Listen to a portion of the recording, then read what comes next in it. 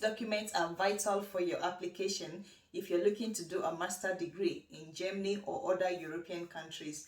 And I'm sure these documents are also vital for your application globally.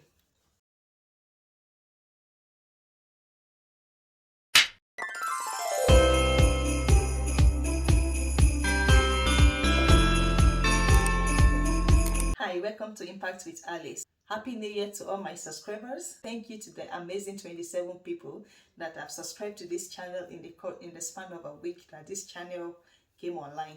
Thank you. In today's video, I'm going to be highlighting 8 different documents that you should get ready now so that you have a stress-free application in this new year.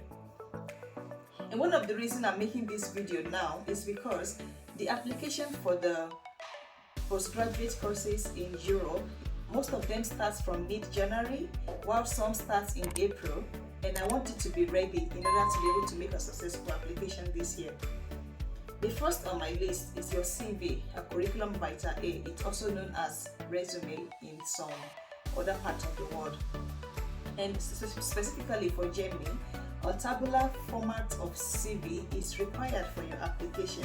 So it's best time now for you to start searching the internet for templates that you can use in designing your own CV.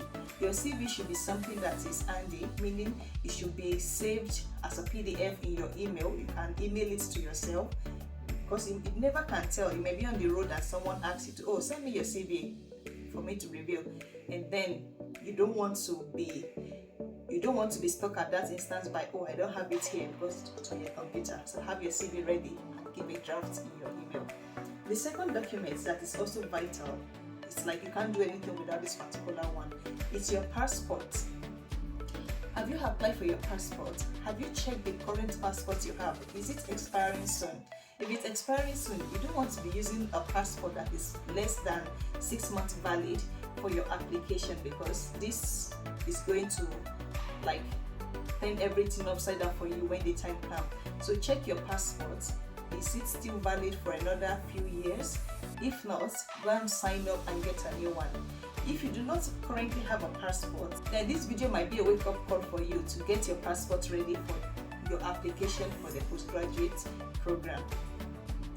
The third document that you need for your application, like you can't escape this one, is your university certificate. If you already completed a bachelor degree, do you have your certificate at hand?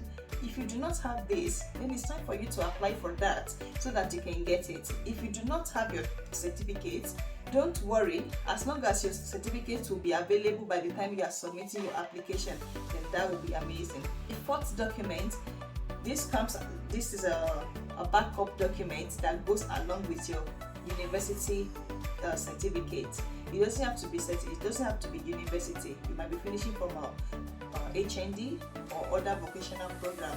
All that matters is that you have a certificate that proves that you've done a program, like a program that is required for you to be able to do that postgraduate course. So this fourth document is known as transcript of record. Transcript of record, it shows the schools you're applying to, that you've done these certain courses, you have background knowledge in the program you're applying to. And in some universities, they need you to have a minimum of 30 credits that is related to the particular program you're applying to. For instance, when I applied to University of Göttingen, I applied to University of Göttingen for a master program in crop protection. However, I did a bachelor degree in biological sciences. When I compared the courses I'm going to be doing in Göttingen compared to what I did in bachelor's in Nigeria, I observed that I have some courses in common that I have done, and this, I'm sure, is one of the reasons why I was able to get my admission. So do not apply to courses that you don't have any background knowledge in. It doesn't have to be the exact word. You can check what the outline of that program is going to be. When I say outline, I mean the university normally provides the course modules that you are expected to enroll to in that program if your application is successful.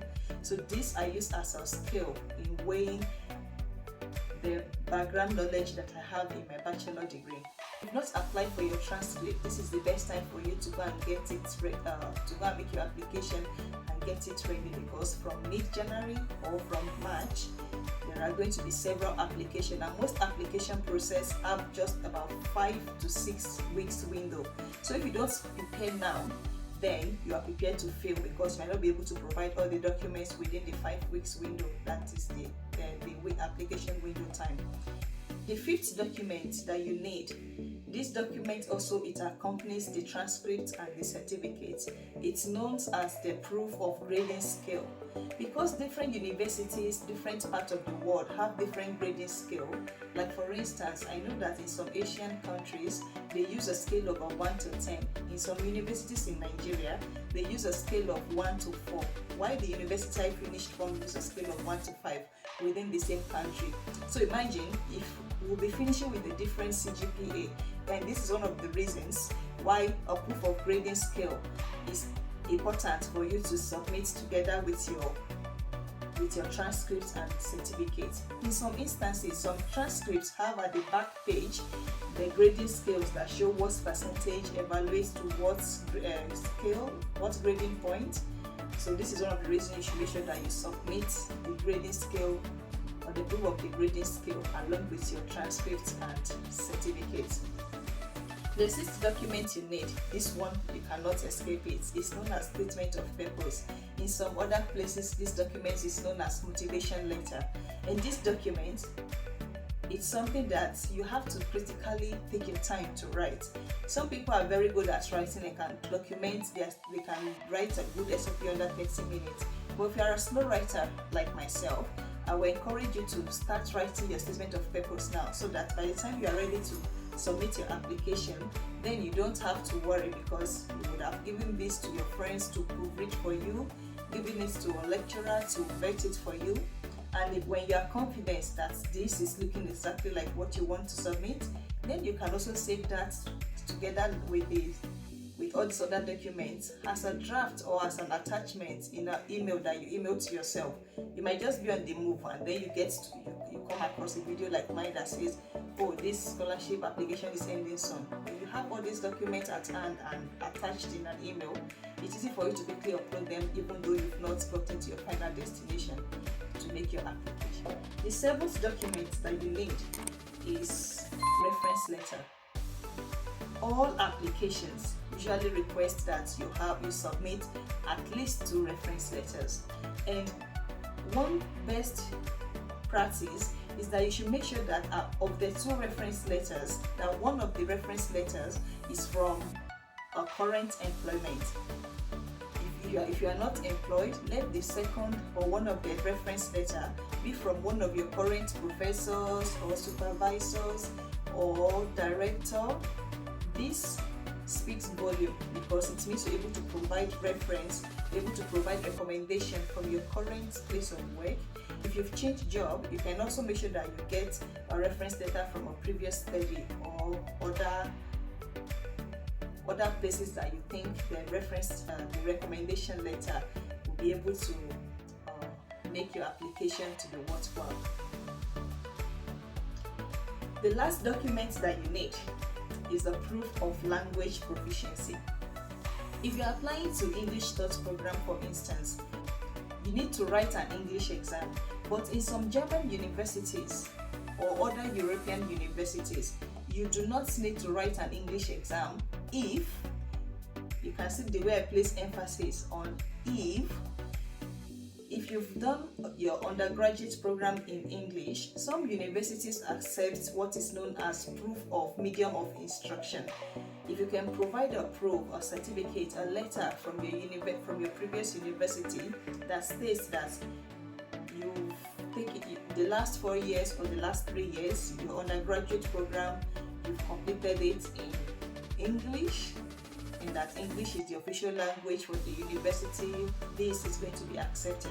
There are some universities that do not accept this as proof of language proficiency.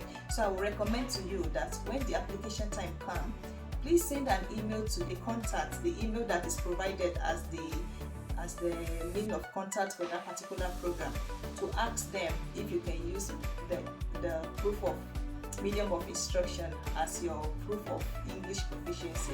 If you're applying to a German Thought program, Then you need to write a German exam, and this also you have to provide a certificate that this is the grade you obtained from the German exam that you did. Or if you studied a previous program in German language, then you can also get the certificate from that instructor that you've been taught for the last 2 years in German. Now you have a good command of the language, and that is what you've studied in the past.